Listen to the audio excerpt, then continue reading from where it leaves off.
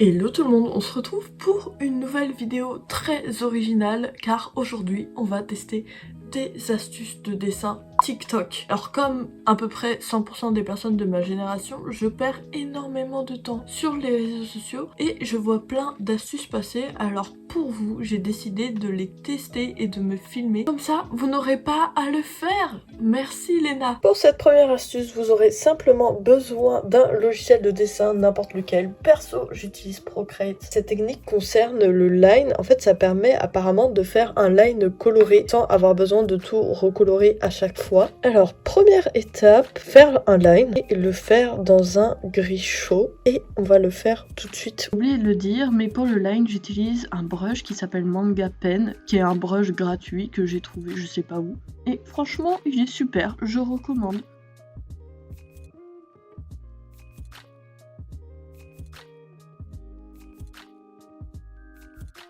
Maintenant qu'on est là et qu'on vient de finir le line, et ben on va venir dupliquer ce calque-là, hop là, et le mettre en multiplié. Celui d'en dessous, on va juste un peu baisser son opacité. Et là, le but, c'est juste de refaire votre colo de base. Et apparemment, le line va se colorier tout seul, donc on va voir ça tout de suite. Attention.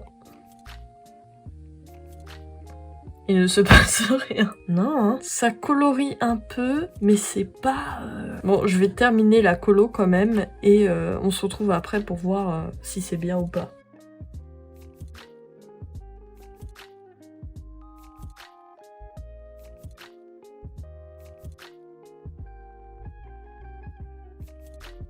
Je viens de faire les couleurs, les flat colors. Franchement, au final, j'étais un peu mauvaise langue parce que ça rend plutôt bien. Au final, comme on peut voir, c'est assez léger. Bref, je pense que je vais faire juste une petite ombre, juste histoire de me dire que le dessin est fini. Voilà le résultat final. Au final, j'étais un peu mauvaise langue parce que j'aime bien, mais on voit quand même quelques irrégularités au niveau du line. Après, c'est peut-être à cause de Procreate ou quoi, mais tous ces petites lignes qui dépassent, en fait, faut les corriger manuellement. Et du coup, je sais pas si au final, ça prend moins de temps de faire cette technique-là ou juste de tout colorier manuellement. J'ai fait exprès de laisser les erreurs, mais de loin, ça rend plutôt bien. Je mettrai aussi le même dessin mais avec un line noir pour que vous voyez, voilà, dites-moi quel est votre préféré. Donc je pense que cette technique elle est pas mal pour des gens, je sais pas, qui font un webtoon ou qui font beaucoup de dessins à la suite. Ça peut vous permettre de gagner du temps, mais si vous voulez vraiment faire une grosse illustration et tout avec du line coloré, honnêtement je conseille de faire ça un par un. Je pense que le résultat sera quand même beaucoup plus clean. Je donne à cette technique un 6 sur 10 parce qu'elle fonctionne quand même. Pour la deuxième technique, ce sera au traditionnel et on va avoir besoin d'un certain outil. Vous allez comprendre. Voilà le matériel. Et oui, on va dessiner, enfin on va pas vraiment dessiner avec du rouge à lèvres. J'ai vu ça plein de fois sur TikTok. J'ai plein de potes qui m'ont envoyé ça pour que je l'essaye. On va prendre une feuille et on va venir lui faire des petits bisous avec le rouge à lèvres et après on va venir dessiner dedans. Comme vous pouvez le voir, j'ai vraiment zéro diversité au niveau de mes rouges à lèvres. Dites-vous que celui-là, je me souviens que je le mettais tout le temps en troisième. J'étais en troisième en 2015. On va dire que c'est bien mis. Hein. Par contre, je pense qu'on s'accordera tous pour dire que cette couleur ne me convient pas du tout. Attention. Bon, c'est parti pour le deuxième rouge à lèvres. Un peu marronné celui-là. D'ailleurs, le Sephora numéro 13, si vous avez été au collège en 2015, c'était le must-have. Pas si mal celui-là, hein. Faut que les matières redeviennent à la mode. Hein. Celui-là, il marche un peu moins bien. Je pense que celui-là, c'est mon préféré. C'est devenu une revue rouge à lèvres, en fait, mon truc. Et enfin, le dernier que j'ai, c'est la teinte 24. Deuxième must-have de l'année 2015, pour moi. Je l'ai mis sur le nez.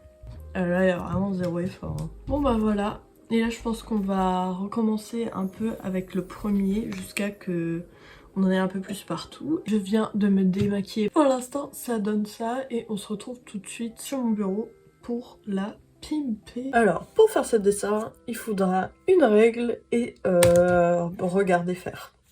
C'est pas très compliqué, hein. Bon les gars, on se heurte à un premier problème, c'est que j'étais en train de gommer. Et du coup, ça a dilapidé du rouge à lèvres. Il y en a un peu sur ma gomme. C'est un petit peu dégueu, je vous cache pas. Du coup, on va faire directement au feutre parce que sinon on va pas s'en sortir. Ça va s'étaler, ça va juste faire une purée rose. Je vous dis officiellement, écrire sur du rouge à lèvres, c'est impossible. Mais est-ce qu'on s'y attendait? Un petit peu quand même. Et maintenant, c'est parti pour le petit pro marqueur.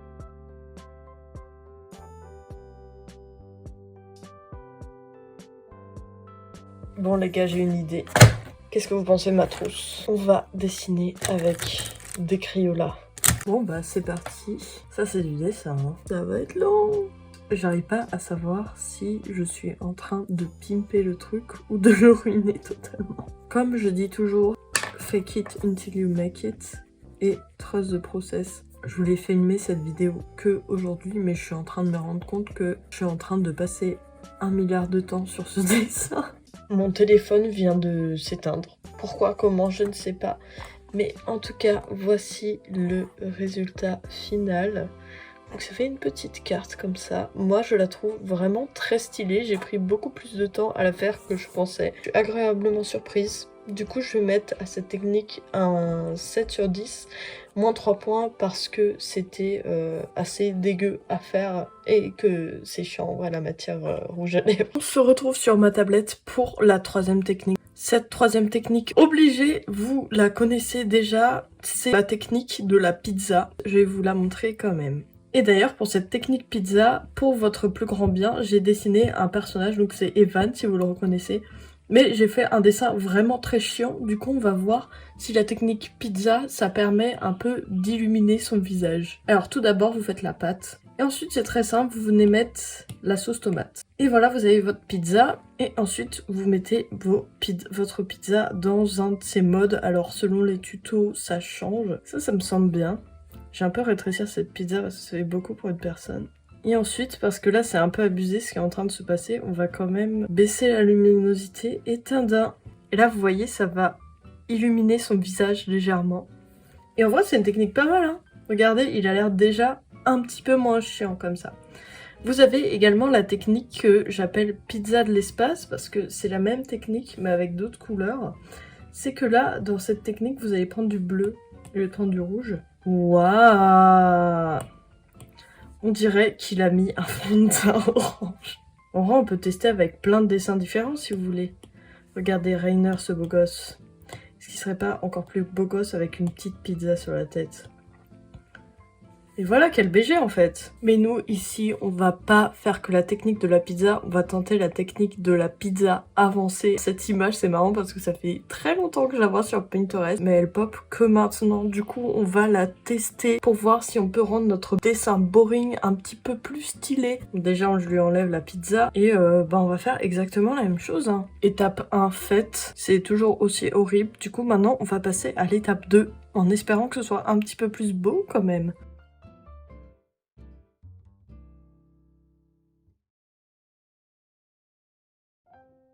Bon là, il ressemble vraiment à un clown. On va tenter tout de suite pour voir si ça rend mieux. Attention, mais en vrai, c'est pas mal, hein. Je mets à cette technique un 5 sur 10 parce que c'est pas mal, ça rend bien. Mais moi je préfère la pizza personnellement.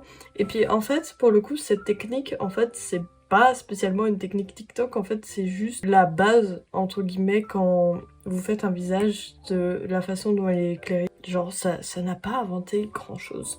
Bref, ce dessin est quand même un petit peu moins chiant. C'est déjà ça de prix, j'espère. Cette quatrième technique, vous l'avez forcément vu passer, que ce soit sur Instagram, sur TikTok, c'est que une théorie dirait que si on trace une photo de chat, ça fait le visage d'animé parfait. Donc on va tester aujourd'hui, ça tombe bien parce que j'adore les photos de chat, j'en ai plein. Hop là, je pense que là on est bon. Et c'est parti. On en pense quoi? En vrai c'est pas si mal. Mais est-ce que c'est la technique la plus rapide? Je ne suis pas sûre. Le truc c'est que je fais toujours la tête avant de faire le visage, du coup c'est un peu bizarre de faire dans ce sens-là. Eh, en vrai, on dirait pas un peu Napoléon genre? J'étais mauvaise langue, mais ça a marché, hein. Et là, je sais ce que vous allez me dire, je sais surtout ce que les rageux vont me dire. Mais Léna, c'est quoi cette image de merde que tu as choisie? Eh bah, Pour vos beaux yeux, je vais utiliser une autre image. Comme ça, on va voir si ça marche vraiment. Parce que nous, ici, on est des professionnels. Voilà, ça, c'est de l'image de qualité.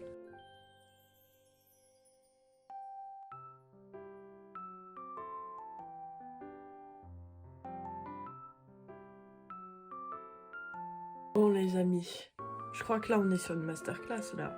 Il a l'air si triste, on dirait un lutin triste. Là, ce que je vous propose, c'est que du coup, j'ai envie d'en faire plein parce que c'est hyper drôle en fait comme technique et ça fonctionne.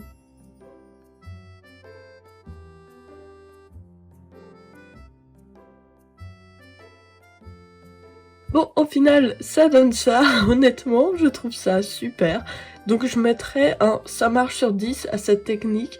Est-ce que je vais l'utiliser dans la vraie vie? Je ne pense pas. Mais c'est vrai que ça marche. Après, du coup, les personnages, ils vont tous se ressembler. Mais est-ce que les personnages de manga ne se ressemblent pas déjà tous? Hashtag, ça fait réfléchir.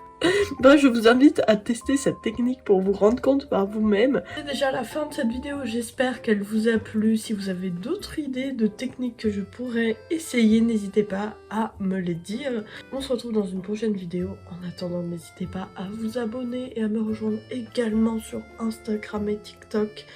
Bref, je vous dis à la prochaine. Bisous!